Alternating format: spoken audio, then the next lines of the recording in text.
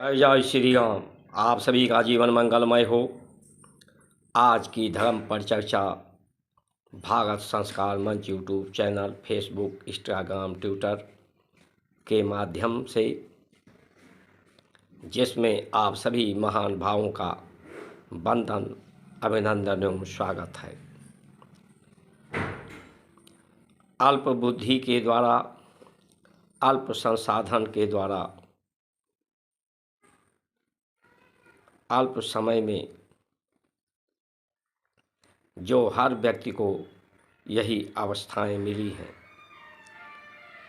उसके द्वारा आज हम धर्म के चर्चा में बात करेंगे।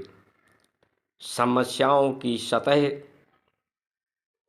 जड़ तक जाने का प्रयास है कि समस्याएं क्यों हैं और समस्याओं का समाधान जब से सृष्टि हुई है, मनुष्यों ने अलग अलग ढंग से समस्याओं का समाधान देने की प्रयास किया है। कभी ज्ञान के माध्यम से, विज्ञान के माध्यम से, संविधान के माध्यम से, धर्म की नीतियों के माध्यम से, राजनीतिक नीति निर्धारण के माध्यम से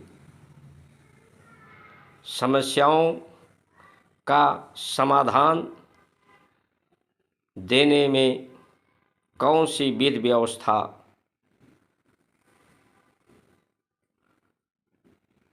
सरलता और सुगमता से समस्याओं का समाधान हो सकता है, क्योंकि समस्या पूरे विश्व में है। समस्या का नाम ही संसार है। संसार ही अपने आप में बहुत बड़ी समस्या है। समस्या की अनुभूति हमारी इंद्रियां कराती हैं। कर्म इंद्रियां, ज्ञान इंद्रियां ही प्राण की चेतना, परमात्मा के स्वरूप में जो गति है संसार की, उसी के द्वारा इसका अनुभव होता है।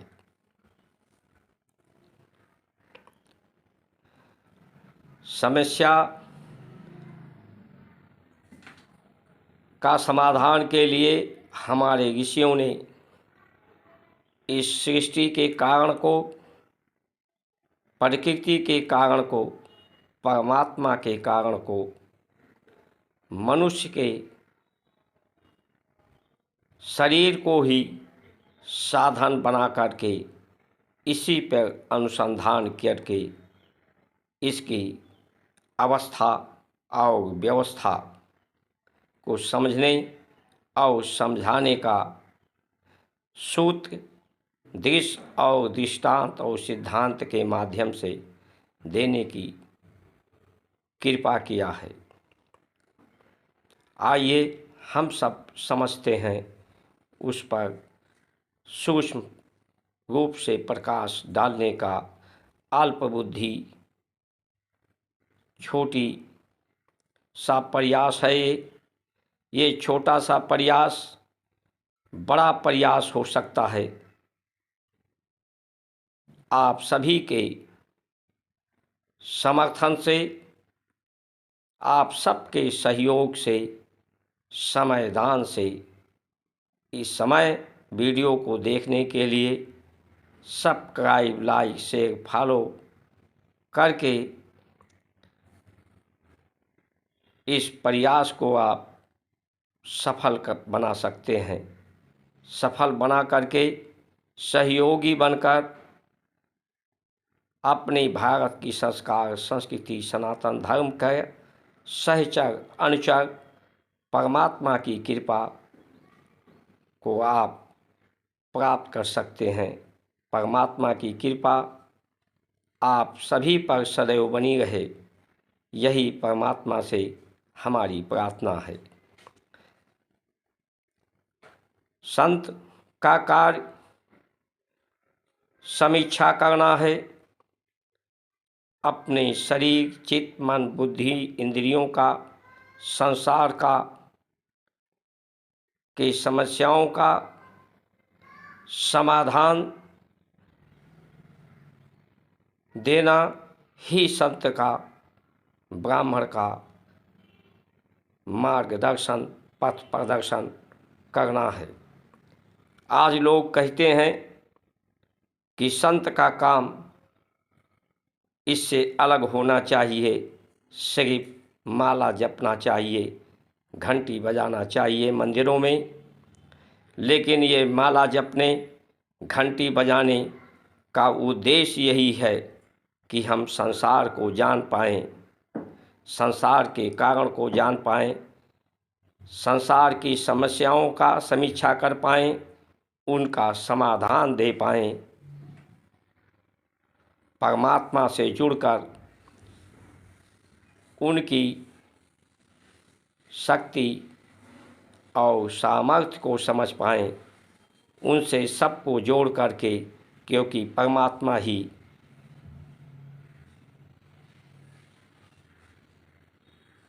पूर्ण शांताकारम है, आनंदमय हैं, शांतमय हैं, सुख के राशि हैं। उनसे जुड़ करके ही कोई सुखी हो सकता है। उनसे जोड़ने का काम संत और ब्राह्मण का है।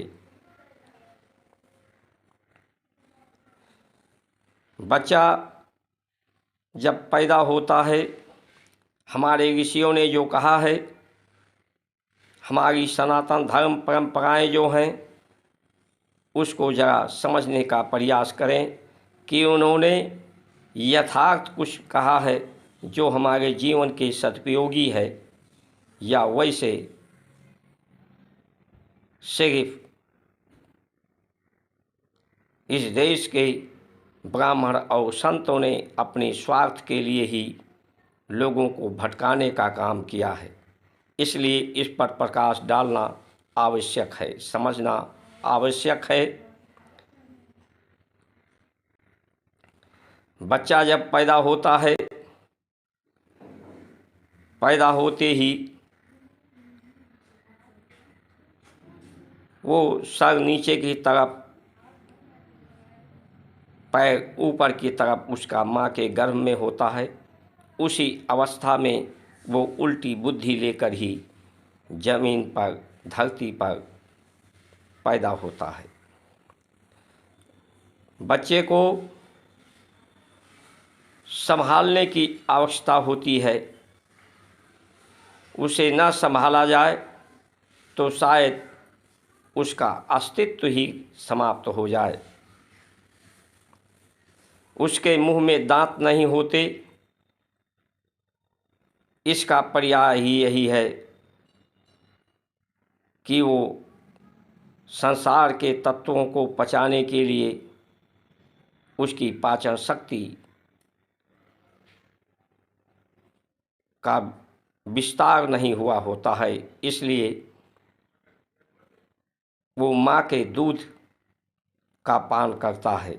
लेकिन आज तो माँ के दूध का लोग पान कराना ही भूलते जा रहे हैं, उसे छोड़ते जा रहे हैं, बाहरी तत्वों को उसे आहार के रूप में दे रहे हैं। ये जो पेट है, माँ के गर्भ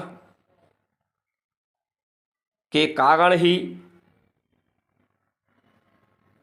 वो पैदा होता है, और ये जो पेट है उसका क्षुधा के कारण ही उसका विस्तार होता है, भूख के द्वारा। इसीलिए हमारे ऋषियों ने सबको क्षुद्र कहा है। क्षुद्र कोई जात नहीं है, एक अवस्था है। कोई भी ब्राह्मण क्षत्रिय वैश्य पैदा नहीं होता, सब शूद्र ही पैदा होते हैं। संस्कारों के माध्यम से कोई ब्राह्मण बन सकता है, क्षत्रिय बन सकता है, वैश्य हो सकता है। ये जो छूता है,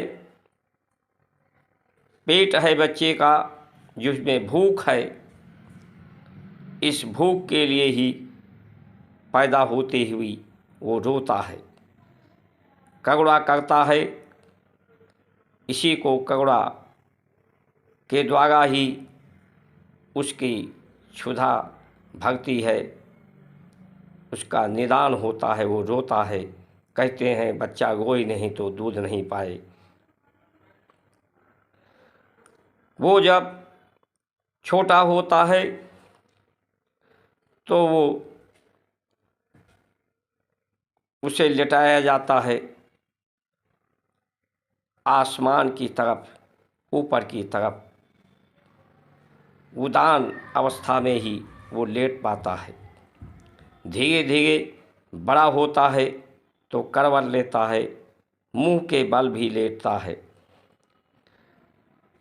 आवाज़ उसकी सिर्फ आगोने की ही आती है और उसके पास कोई आवाज़ नहीं होती, कोई स्वर नहीं होता। और बड़ा होता है तो पेट के बल वो हाथों से और पैरों के ज़मीन में लगा करके उसे चलना सिखाया जाता है।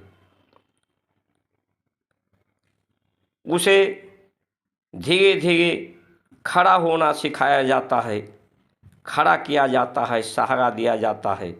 और उसमें खड़ा होने में वो भय को महसूस करता है। भय उसमें, उस छोटे से बच्चे में भय को देखा जा सकता है, जबकि भय क्या होता है उसे अनुभव नहीं। उसे किसी ने भय तो दिखाया नहीं संसार का किसी भी तत्व का, तो भय उसमें क्यों है? ये भय इस बात का दर्शाता है जो हमारे ऋषियों ने कहा है कि जो इस जन्म में आप अपने को पूर्ण नहीं कर पाए तो दूसरे बार आपको जन्म लेना पड़ेगा। ये पहले जन्म में उसने भय को देखा है, संसार को अनुभव किया है, ये उसके संस्कार में सूक्ष्म तत्व में विद्यमान है। इसलिए वो भय को अपने पूर्व जन्म के अनुभव को वो भुला नहीं पाया है, इसलिए उस बच्चे में भय है। ये सिद्ध करता है कि उसका पुनर्जन्म हुआ है, पहले भी वो इस धरती पर आ चुका है, इस संसार के भय को वो देख चुका है, इसलिए उसमें भय है। इससे सिद्ध होता है कि ऋषियों ने जो बताए हैं वो यथार्थ है। उसके अंदर उसे संभालने की ज़रूरत पड़ती है, संवारने की ज़रूरत पड़ती है, उसे सिखाने की ज़रूरत पड़ती है, उसे सीख देने की ज़रूरत पड़ती है।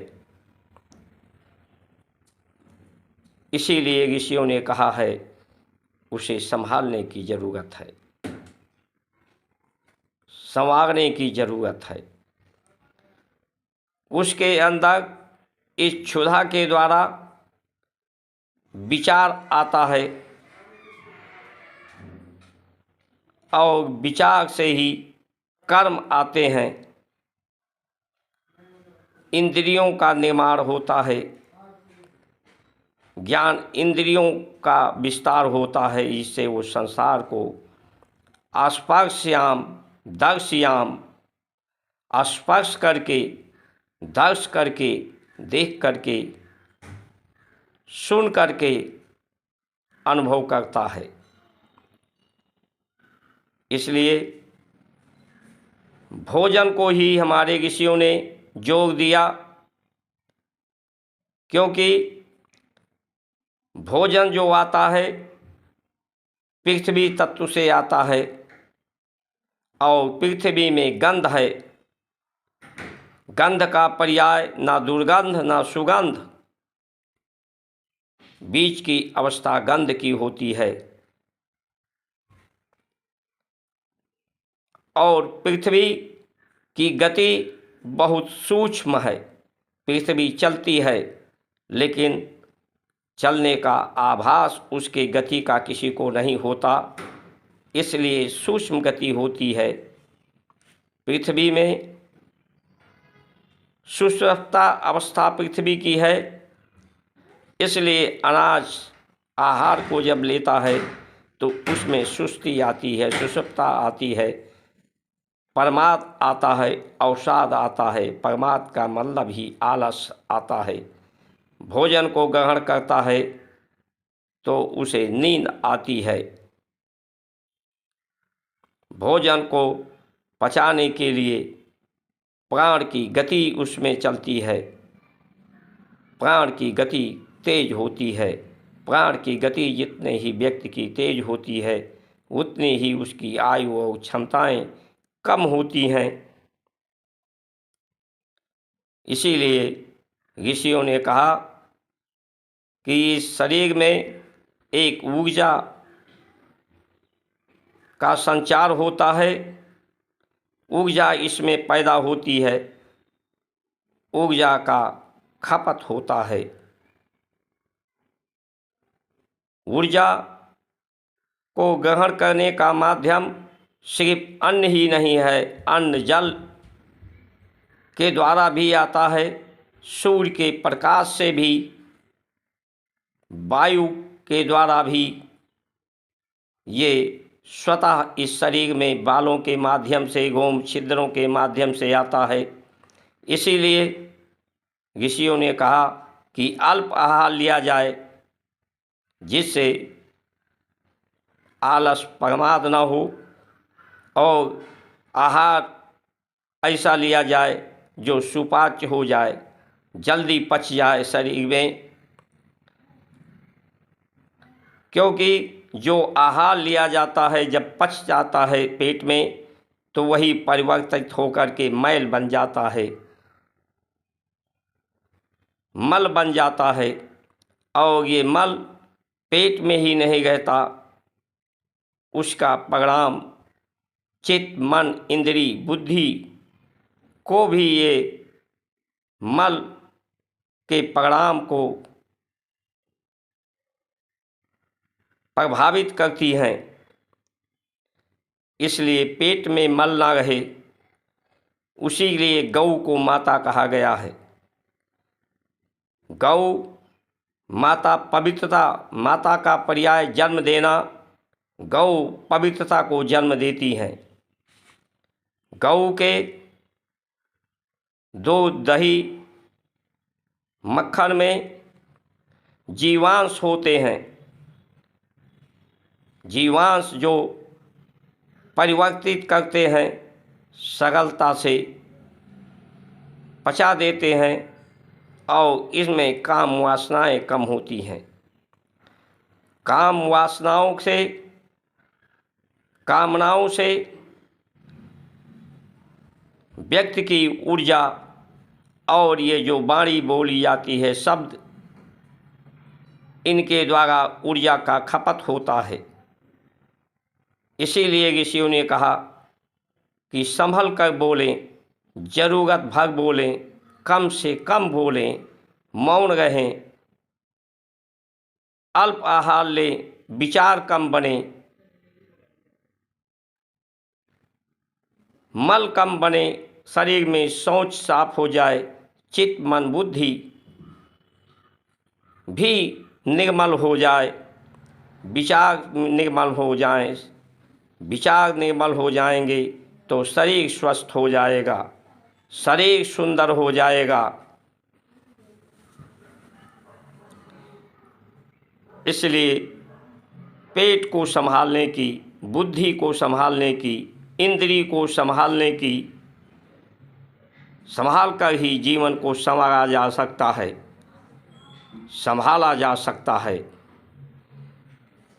समस्या इस क्षुद्रता में है, इस पेट में है।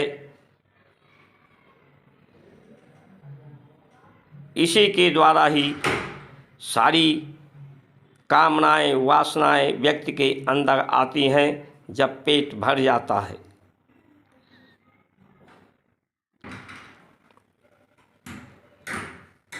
भोजन जिसका सुधर गया उसका भजन भी सुधर जाता है, उसका जीवन भी सुधर जाता है। न्यून कपड़े पहने, कम से कम कपड़े शरीर में हों तो सूर्य के ऊर्जा से, वायु के ऊर्जा से को ये शोषित करके स्वयं ऊर्जावान हो। संसार के तत्वों को, बीज को कम से कम ग्रहण करना पड़े जिससे कामनाएं, वासनाएं न्यून हो जाएं। व्यक्ति के इंद्रियों की चेतना न्यून हो जाए। जिनकी भी चेतना न्यून है, वनस्पतियों की, पेड़ों की, उन्हें सुख दुख का अनुभव भी न्यूनता के आधार पर होता है और उनकी आयु और क्षमताएं ज़्यादा होती हैं, वो लंबे उम्र वाले हो जाते हैं।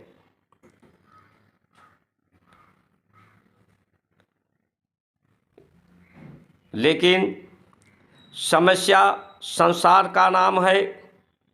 समस्या को समाप्त करने के तरफ प्रयास अगर होगा, जब भी समस्या को समाप्त करने का प्रयास जिस भी विधि व्यवस्था से होता है,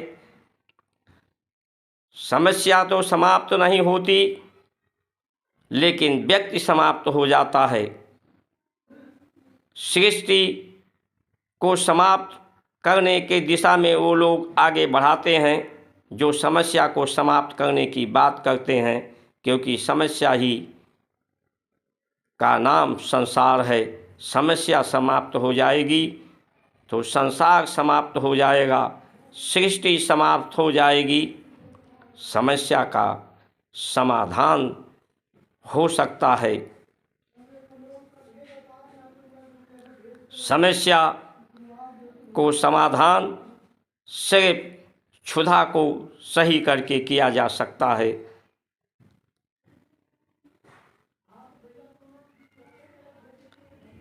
ये कलयुग जो है ये बुद्धि प्रधान, इसमें शरीर में बुद्धिमत्ता प्रधान है, इसलिए इसमें सद्बुद्धि के द्वारा ही व्यवस्थाएं, समस्याओं का समाधान दिया जा सकता है। ये कलयुग मशीनों का युग है, इसलिए पूरे संसार की आहार को शुद्ध करने की आवश्यकता है। जो पश्चिमी देश अफ़गानिस्तान है, वहाँ पर मांसाहारी इसलिए था क्योंकि यहाँ पर जल की कमी होने के कारण वहाँ पर चौड़े पत्ते के वनस्पति नहीं थे, फल फूल वाले वृक्ष नहीं, कांटेदार झाड़ियाँ होती थी, इसलिए वहाँ ऊँट जो लंबे गर्दन वाले, जो झाड़ियों को खाने वाले, एक बार पानी पीने के बाद महीनों भर पानी की आवश्यकता नहीं पड़ती थी, ऐसे लोग वहाँ जीव जंतु पेड़ पौधे थे, ऐसी अवस्था थी उस समय। जीवन को बचाना, शरीर को बचाना एक धर्म होता है, इसलिए शरीर को बचाने के लिए उनके पास जो आहार था, वनस्पतियाँ, फल, दूध, फल फूल नहीं थे, अन्न नहीं थे, इसलिए उन्होंने मांस को खाना शुरू किया। आदि मानव जब इसे ज्ञान नहीं था तो ये वनस्पतियाँ खाता था, पेड़ पौधों के जो भी फल फूल मिलते थे खा करके अपने जीवन को आज मानव बचाया। एक पत्थर पर पत्थर गिरा तो अग्नि की चिंगारी हुई, अग्नि का आभास हुआ, तो ये अग्नि के द्वारा उस मांस को भून कर खाने लगा। जिस तरह से ज्ञान बढ़ता गया उसे संसार का, तब ये सात्विक हुआ। तभी से समस्याएं का समाधान हमारे ऋषियों ने परंपराएं दी। परंपराओं का पर्याय ही यही है कि जिसमें किसी विधि और व्यवस्था की आवश्यकता न हो, किसी प्रयास कयास की आवश्यकता न हो, सिर्फ अभ्यास हो, अभ्यस्त हो, अभिमति हो, अभिमान जो है उसे शून्य करने का अभ्यास हो। संसार के दुखों को दूर नहीं किया जा सकता, दुख को सहने का अभ्यास, दुख और सुख में जो भेद है उस भेद को समाप्त करने का प्रयास, अभ्यास। इसमें सहन शक्ति, दुखों को सहने की शक्ति बढ़ाने का अभ्यास करके आम जनमानस के विचारों में जो मतभेद है उस मतभेद को समाप्त करके दुख को से निवारण हो सकता है। दुख को समाप्त नहीं किया जा सकता। जो दुख को समाप्त करने की बात करते हैं उन्होंने हमेशा दुख को बढ़ाया है। इसलिए आज के समय में तो मशीनरी युग है। भारत में और देशों में जहां अन्न, फल, दूध, दही होता है, विश्व के सभी कोनों में पहुंच गई हैं। पहुंचा करके सबको विश्वास दिलाने की आवश्यकता है कि उस समय जब व्यवस्थाएं नहीं थी तो शरीर को बचाने के लिए जो किया गया वो आवश्यक था, लेकिन आज व्यवस्था है तो ऐसा भोजन किया जाए जिससे कामनाएं, वासनाएं ना हों, शरीर स्वस्थ रहे, विचार स्वस्थ रहे, पूरे विश्व में शांति हो। धर्म के नाम पर, स्वाद के नाम पर ऐसे भोजन न किया जाए कि जो सबके लिए हानिकारक हो, व्याधियां पैदा करने वाला हो। उसे रोकने की आवश्यकता है। राम को देखें, रामचरितमानस को। राम ने दुख को, अपने पिता के दुख को दूर नहीं कर पाए, अपने माता का नहीं दुख दूर कर पाए, अपने भाइयों का दुख नहीं कर पाए, अपनी पत्नी का दुख नहीं दूर कर पाए, क्योंकि दुख को दूर किया ही नहीं जा सकता है। दुख को सहन शक्ति बढ़ाई जा सकती है। उपासना, आराधना, साधना के माध्यम से अपने इंद्रियों को साध करके कि उसे दुख का अनुभव ही ना हो, परमात्मा का चिंतन मनन हो, वो सुख स्वरूप है, तो उसी के स्वभाव वाला ये मन भी हमारा लग जाए। मन लगता है, मन को लगाना पड़ता है। आप संसार में लगाएंगे मन को तो आपको दुख ही दुख मिलेगा। आप भगवान में, परमात्मा में मन को लगाएंगे तो आप सुख के राशि हो जाएंगे, सुख स्वरूप हो जाएंगे, आनंद स्वरूप हो जाएंगे, शांत स्वरूप हो जाएंगे। कृष्ण ने भी कभी कोई किसी का दुख निवारण करने की बात कही, लेकिन दुख को समाप्त करने की बात नहीं की। तो कैसे आज लोग हमारे भ्रमित लोग हैं, बात राम की करते हैं लेकिन राम के चरित्र की नहीं करते, राम के काम काज की तरह से यहाँ काम काज की व्यवस्था नहीं करते।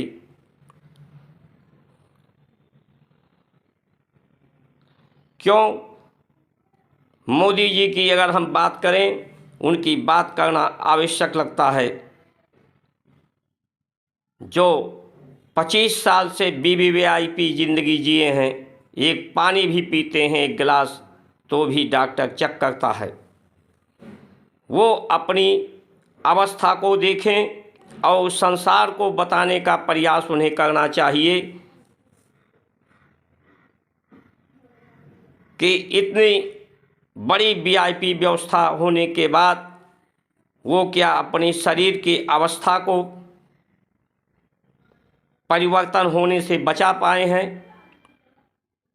एक आम आदमी, एक मजदूर, एक किसान जिसकी न्यून आय है, न्यून संसाधनों से अपना जीवन यापन करता है, उसकी अवस्था में और मोदी जी के शारीरिक अवस्था में क्या अंतर है। एक दिन हम चर्चा कर रहे थे गांव में, एक आदमी ने कहा मुझे दुख है, दुख इसलिए है कि मेरे पास संसाधन नहीं है, आय हमारे पास बड़ी नहीं है। तो हमने उससे कहा कि आप तुलना करो कि मोदी जी से, क्या मोदी जी की आयु जितनी है उससे तुम्हारी आयु ज़्यादा है, तो क्या मोदी जी से तुम्हारी शारीरिक क्षमता, शारीरिक अवस्था, बुढ़ापा, शारीरिक बल, बौद्धिक बल कम है? तो उसने कहा, और उसको देखने में भी अनुभव लगा कि उसकी शारीरिक क्षमता मोदी जी से कहीं कम नहीं है। परिवार संभालने की, परिवार को वो अपनी संभालता है, इतनी न्यून अवस्था और व्यवस्था में मोदी जी की तो कोई परिवार ही नहीं है, परिवार को ही नहीं संभाल पाए, अपनी अवस्था को नहीं वो सुदृढ़ कर पाए, तो दूसरे की समस्या का समाधान क्या करेंगे। जोगी जी हमारे अपराध को नहीं समाप्त कर पाए, अपराधी को समाप्त करने की बात करते हैं। जब तक अपराध के कारणों को नहीं समाप्त किया जाएगा, अपराधी पैदा होते रहेंगे। गौ वंश की सबसे ज़्यादा दुर्दशा, किसानों की दुर्दशा इस योगी काल में हुई है। न्यायालयों पर मुकदमों की संख्या सबसे ज़्यादा इन्हीं काल में हुई है।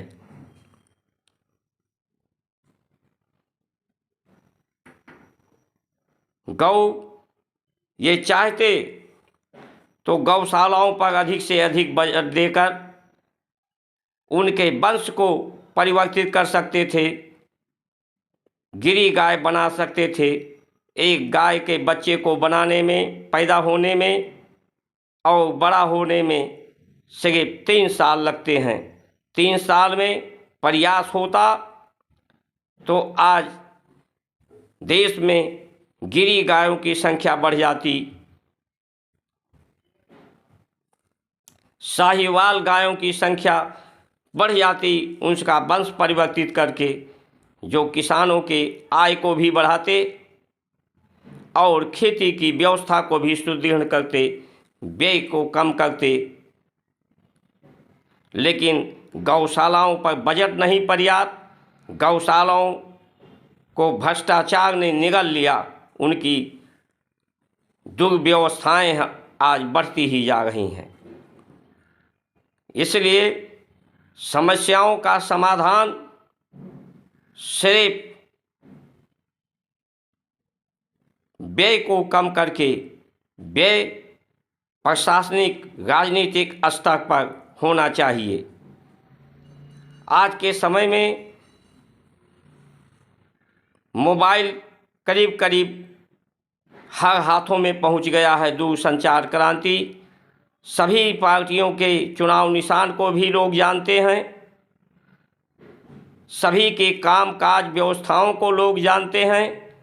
तो ये जनसभाएं, रैलियां, चुनाव पर अंधाधुंध खर्च क्यों बढ़ाया जा रहा है?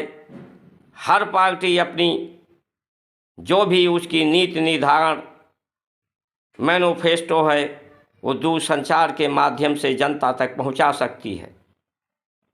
चुनाव का खर्च